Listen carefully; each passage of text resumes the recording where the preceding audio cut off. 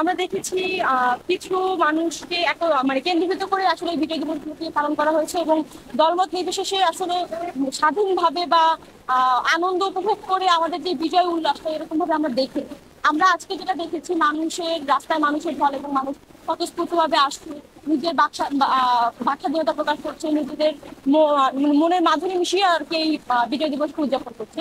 এটা আসলে 24শে জুলাই বিপ্লবের পরে আমরা যে সত্যিকার অর্থে বিপ্লবের যে স্বাদ, মানে সত্যিকার বিজয়ের যে স্বাদ বিপ্লবের পরবর্তী সময়টা আমরা সেটা উপভোগ করছি।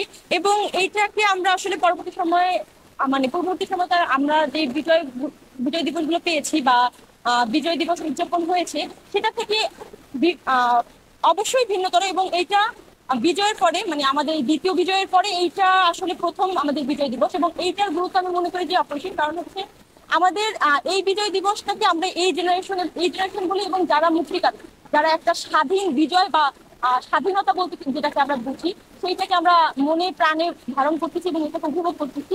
সেই দিক থেকে আমরা আসলে আমাদের এই বিজয় দিবসটাকে অন্যভাবেই পালন করতেছি এবং উদযাপন করছি।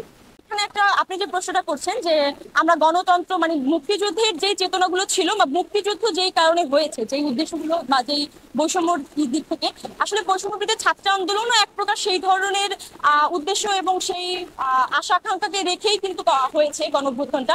কারণ একটা ফ্যাসিবাদী সরকার একটা দেশের সমস্ত মানুষের বাক স্বাধীনতা থেকে শুরু করে মৌলিক অধিকার এবং যে ধরনের মানুষের নাগরিক অধিকারগুলো কেড়ে নিয়েছে, মানুষ কথা বলতে পারতো না, তার স্বাধীনভাবে মত প্রকাশ করতে পারতো না, তার চলাফেরার অধিকার থেকে শুরু করে নাগরিক অধিকারগুলো পর্যন্ত যেভাবে কেড়ে নেওয়া হয়েছে, সেই অধিকার মুক্ত মানে জিম্মিমূলক অবস্থান থেকে বেরোনোর জন্যই আসলে 24-এর এই বিপ্লবটা সংঘটিত হয়েছে। সর্বস্তরের মানুষের যখন এই আন্দোলনটা যখন শুরু হয়েছিল তখন আসলে ছাত্রদের আন্দোলন ছিল, কিন্তু মানুষজন যখন দেখেছে যে মানুষের মানে সর্বস্তরের মানুষ যখন যোগ দিয়েছে, কারণ এটা সর্বস্তরের মানুষের দাবি ছিল। 71 সালের মুক্তি সংগ্রামে শহীদ হওয়া আত্মত্যাগ যারা করেছেন সেই সকল শহীদদের অবদানকে আমরা স্মরণ করছি গভীর শ্রদ্ধা করে।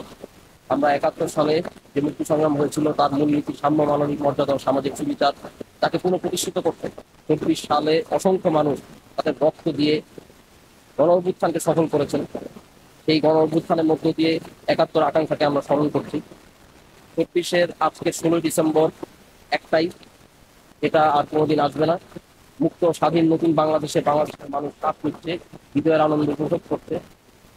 আমরা আশা করব আমাদের এই নতুন বিজয় 71-এর মুক্তি সংগ্রামের প্রত্যেকটা আকাঙ্ক্ষাকে পূর্ণভাবে রূপায়িত করার যে সংগ্রাম, সেই সংগ্রাম সামনের দিনে আরো দৃঢ় থেকে